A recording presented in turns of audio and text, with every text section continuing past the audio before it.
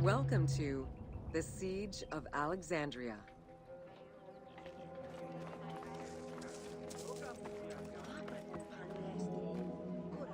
Among the collection of writings attributed to Julius Caesar are his descriptions of the Siege of Alexandria, the Gallic Wars, and the commentaries on the Civil War. These archives contain information on different campaigns, the wars of Alexandria, Africa, and Spain. Each of them recounts Caesar's military activity from 58 BCE to 45 BCE. Though Caesar's documents remain a main source of information, it's important to note that the perspective is limited. It is necessary for other historical documents to be taken into consideration to provide a better understanding of events.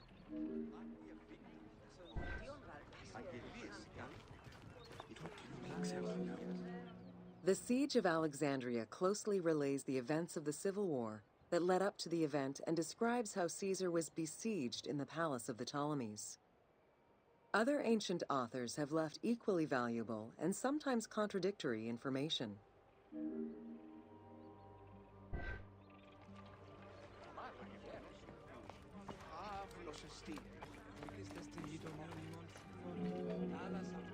In the events leading up to the Siege of Alexandria, Cleopatra VII and her brother were fighting over control of Egypt.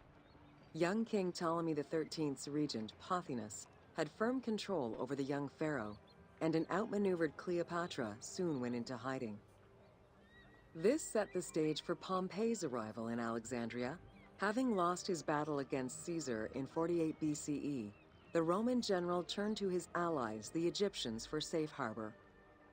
But on the advice of Pothinus, Ptolemy XIII had Pompey assassinated in the hopes of earning Caesar's favor.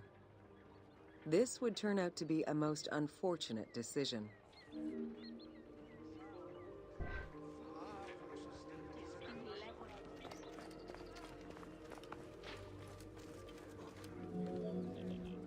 Upon his arrival in Alexandria, Caesar was presented with Pompey's head. The sight of a Roman murdered by Egyptians did not sit well with him. Caesar made his displeasure clear, ordering the return of Cleopatra, and for the siblings to resolve their differences and resume their co-rule of Egypt, as per the will of their father. Neither Pothinus nor Ptolemy XIII wished to accede to this demand. While doing his best to aggravate Caesar, Pothinus secretly plotted against the Roman ruler and sent word for Egyptian General Achilles to bring his 20,000 men to fight on his behalf. While Pothinus plotted against Caesar, Cleopatra made a bold move.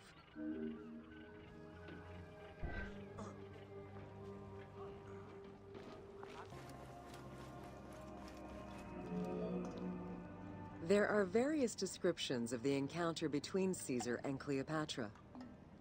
One report states that she snuck into the palace alone at night.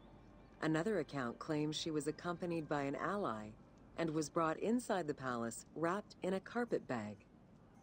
Though exactly what happened at this fateful meeting is up for debate, what is known is that Cleopatra met with Caesar and earned his approval.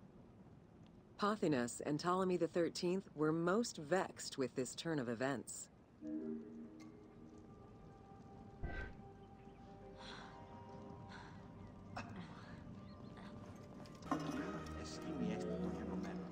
With Cleopatra finally present, Caesar chose to act as mediator between the siblings in the hopes of a peaceful resolution. It did not take long for things to sour. During a banquet given to celebrate the reconciliation, there was an assassination attempt on Caesar. It was the Roman leader's own barber who thwarted the attack.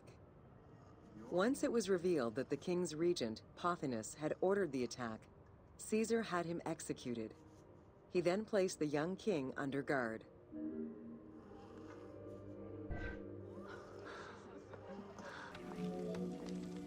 Caught within the palace with roughly 4,000 troops, and with the knowledge that the arrival of enemy forces was imminent, Caesar sent for help from Syria, Rhodes, and Cilicia.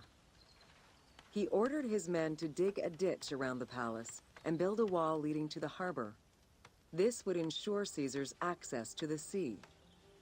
When Egyptian General Achilles arrived in the city with 20,000 men, the battle for Alexandria began.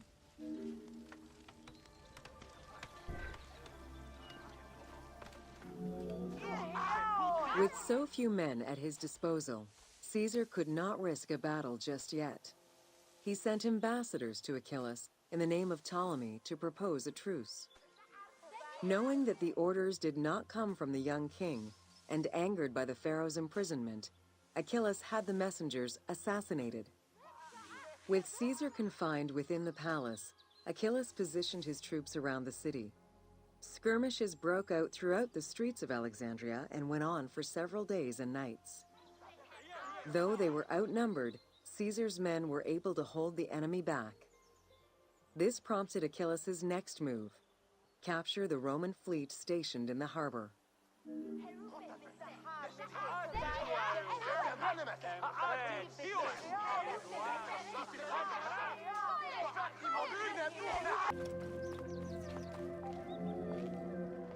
Although the palace offered protection, losing the port meant the end of help and supplies. Caesar knew he had to protect the fleet. While he and his troops succeeded in regaining control of the port, he knew it would be impossible to sustain. Caesar ordered the burning of the ships. With passage back to the palace closed off, he headed for the lighthouse of Alexandria.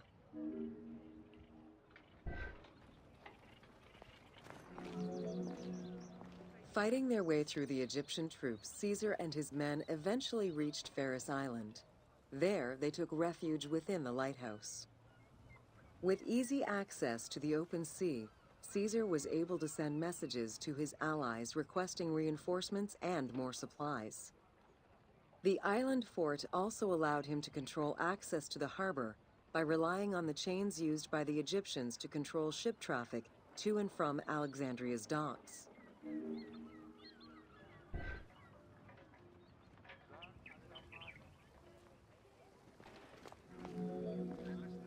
The exact chronology of events during the war in Alexandria remain imprecise.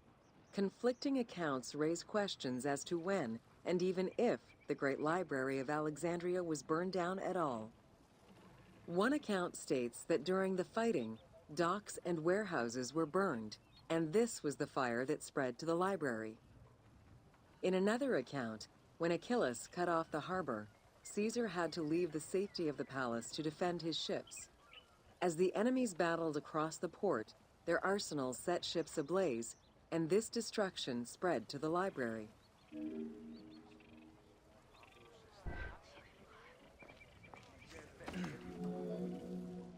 In either case, the Great Library was not completely destroyed. Experts point out that its location was too far from the harbor, and much later texts refer to the Great Library as being intact. Warehouses near the harbor contained manuscript copies awaiting export, and it is more likely that these documents were destroyed than the Great Library itself.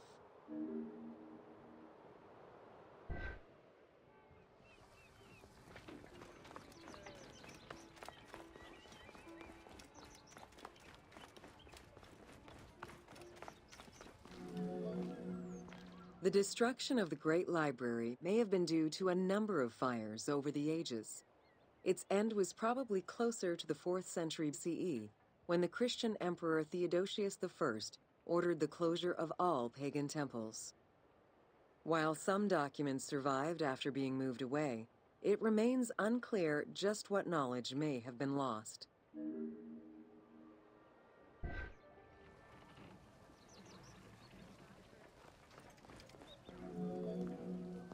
Where there are accounts of Achilles being in control of the battle against Caesar, it appears that instead Cleopatra's sister, siding with her brother, had him killed and put her ally Ganymedes in his place.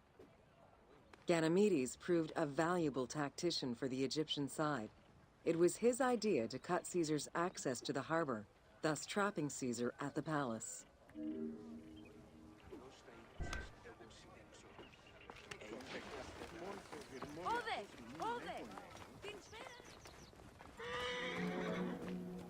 During the time of Ptolemy I, canals had been dug throughout Alexandria to provide fresh water.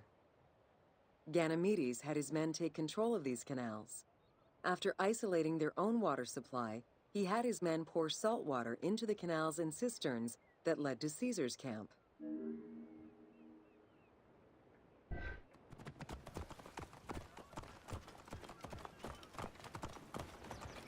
Ogalos, Evge!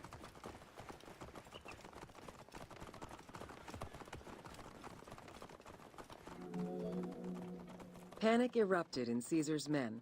They wouldn't last long without fresh water. Recognizing that the porous limestone could help them, Caesar and his men dug wells to restore their water supply. Days later, the 37th Legion, comprised of Pompey's soldiers, arrived by ship. Unable to come ashore due to the winds, Caesar risked going out to meet them on the peninsula, Cape Chersonese. When the enemy learned Caesar's location, they rushed to intercept. Despite an obvious advantage for the Alexandrians, Caesar, with a Rhodian ship full of skillful sailors, emerged victorious.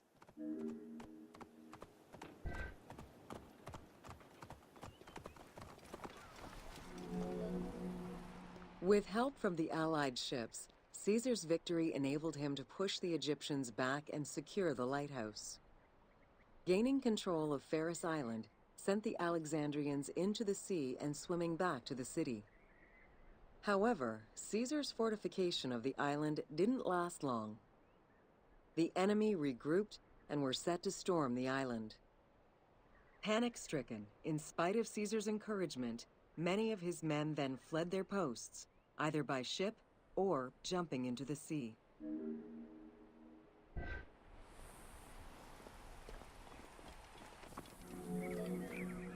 Caesar attempted to retreat, but Port Eunostos' harbor was overrun with enemy ships, preventing escape. Reportedly, Caesar gathered his papers and leapt overboard in an attempt to swim to an Allied ship farther out. Historian Cassius Dio claimed that Caesar would have drowned if he hadn't been able to remove his purple garment. Still, he managed to swim the distance and survive. The Alexandrians recovered the cloak and used it as a trophy to commemorate the Roman debacle.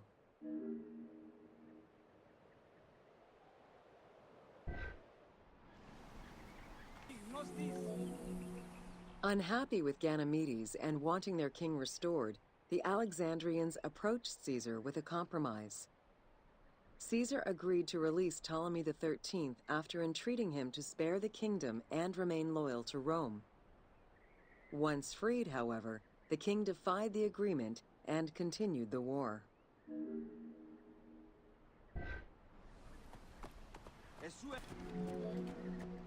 By this time, a faithful ally of Caesar's, Mithridates, arrived in Egypt, clashing with Ptolemy's troops at Pelusium. Outnumbering the enemy, Mithridates secured the region between Pelusium and Alexandria. Ptolemy, warned of Caesar's ally marching on Alexandria, sent his troops to prevent passage over the river.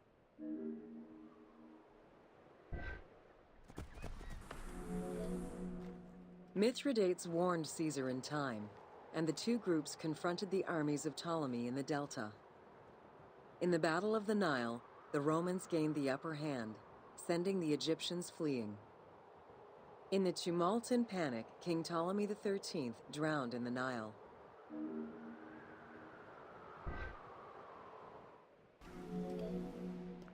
After the siege ended, Cleopatra VII married her younger brother, Ptolemy XIV, enabling her to reign over Egypt until 30 BCE.